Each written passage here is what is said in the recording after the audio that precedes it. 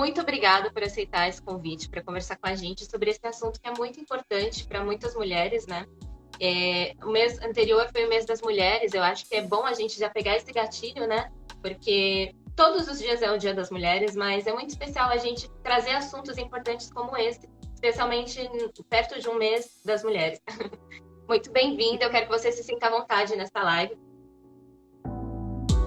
Como que uma mulher descobre que ela tem o vaginismo? Ela precisa ir num ginecologista? Porque eu vi casos, vi algumas reportagens de algumas mulheres que tinham esse problema de sentir dor durante a relação, iam no ginecologista, só que o ginecologista fazia os exames e dizia, tá tudo certo com seus exames, não sei te dizer o que você tem, tá na sua cabeça.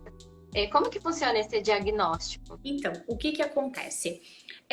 O diagnóstico que era dado há alguns anos atrás era um pouco diferente do que é dado agora. Então, por isso que tem muita divergência ainda. No DSM-4, o que que acontecia? É um manual de diagnósticos que te ensina como diagnosticar algumas coisas, tá? E ele é dos Estados Unidos. Então, o que que acontece? Eles falavam o seguinte, se a pessoa não consegue ter uma penetração de jeito nenhum, ela tem vaginismo. Mas aí aquela mulher que tinha a penetração, mas com presença de dor persistente e recorrente há mais de 6 meses, não entrava dentro do vaginismo, entrava dentro da dispareunia. Depois eles mudaram isso, entendeu? Então, foi a diferença. Então, hoje, eles dão o nome de transtorno de dor gênito-pélvica, que é quando essa mulher ela pode ter uma dificuldade, mas não necessariamente impede de ter a penetração. Então, assim, o ideal seria que essa mulher, primeiro, ela realmente passasse por um ginecologista. Por quê? Para descartar se ela tem uma inflamação, se ela tem uma infecção, se ela tem alguma alteração ali, seja ela qual for. Então, isso tem que ser descartado pelo ginecologista. Por que que eu te digo isso, Sara? Porque assim, ó, eu tenho muitas pacientes aqui que sempre tiveram medo de ir no ginecologista. E aí, quando elas chegam aqui, às vezes elas têm alguma alteração, que elas nasceram com essa alteração física. Então, precisa descartar toda essa possibilidade para depois, não teve alteração, não tem nada anatômico alterado, tal. Então tá, então vamos para uma fisioterapeuta. É isso que acontece? Não. Não é isso que acontece hoje em dia. Então, assim, ainda tem muitos médicos que não dão esse diagnóstico. Às vezes, na época que eles estudaram, ainda era esse outro DSM, tá? Então, dependendo da época que eles estudaram, às vezes não teve uma atualização, então isso pode acontecer. Então, é uma coisa. Outra coisa que pode acontecer é essa mulher, ela não quer ir no ginecologista. Aí, o que que eu escuto muito aqui? Eu já fiz 1 ano de casada e eu não fui no gineco. Deu 2 anos. Nossa, agora que eu não vou no gineco mesmo. Porque como que eu vou dizer que eu sou virgem ainda que eu não consegui ter relação?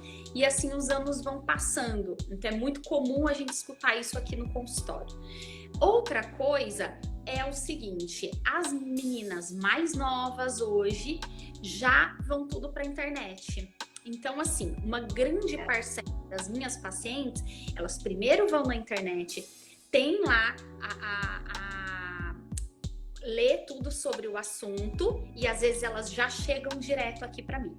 Então, quando elas vão direto, e que é realmente muito comum, o que que a gente faz? A gente pede, a gente avalia da nossa maneira, como fisioterapeutas, e se a gente perceber que existe alguma alteração, aí a gente manda para o ginecologista. Muitas vezes, essas mulheres, elas não conseguem ser avaliadas por um ginecologista. Então, entra o trabalho da fisioterapia primeiro, isso é feito aqui no meu consultório, não sei como é feito nos outros lugares, tá?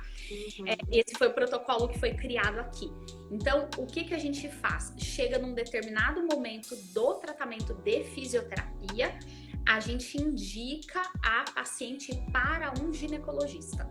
Então, antes do final do nosso tratamento, ela tem que ter passado por um ginecologista, ter feito exames ginecológicos para que ela não fique mais com medo do gineco. É verdade. Tem que acabar com essa barreira, né? Exatamente. Então, assim, as mulheres, elas não podem ficar correndo dos ginecologistas. É o que a gente disse antes.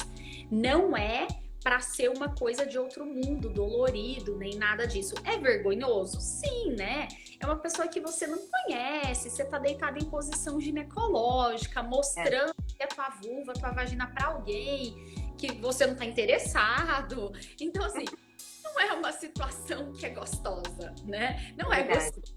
Mas a pessoa está lá para cuidar da sua saúde, né? Então, realmente não é mais importante. Mas é necessário, não tem o que fazer. Não, realmente. Agora você me deixou curiosa sobre o tratamento. Como que funciona o tratamento? Ó, o tratamento é assim. Primeiro a gente faz uma avaliação, né? Nessa avaliação a gente geralmente a gente dá o diagnóstico para paciente e coloca um número de sessões que a gente acredita que será o número necessário para essa paciente conseguir ter penetração.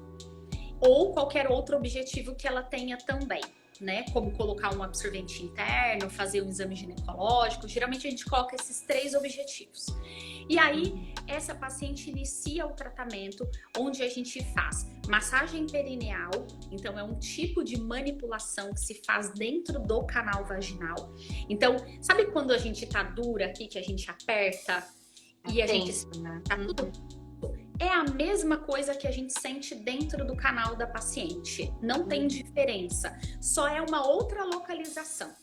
Débora, mas as pacientes sentem prazer durante o tratamento? Não. Ao contrário, elas ficam bem incomodadas. Por quê? Porque é uma musculatura muito tensionada. Uma não, né? São 13 músculos que tem ali.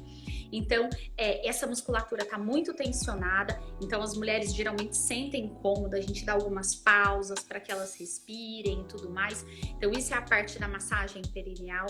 Tem a parte da eletroestimulação, que é um aparelho de fisioterapia que ajuda a causar relaxamento. Depois, a gente também tem a parte dos dilatadores que eu te mostrei.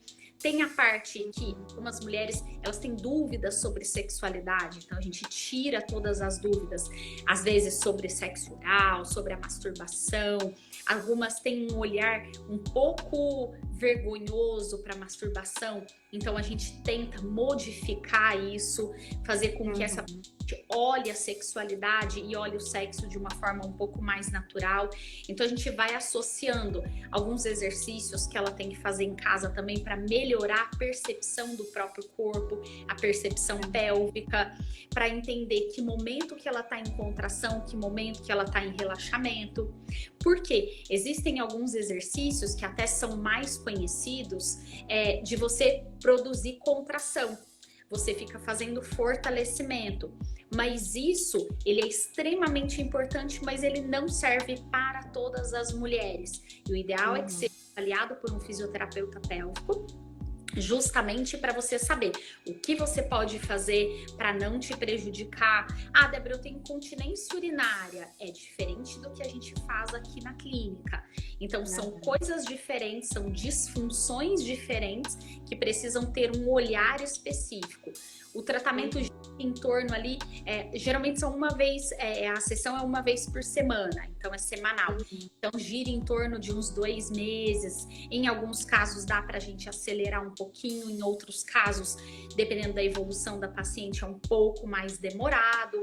Então, tem que ser avaliado a paciente, qual a evolução dela e o que a gente pode fazer por essa paciente para poder ajudá-la.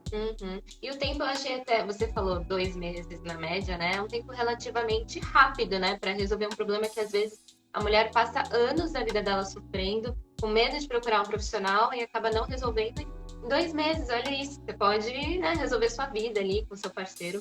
É muito bom.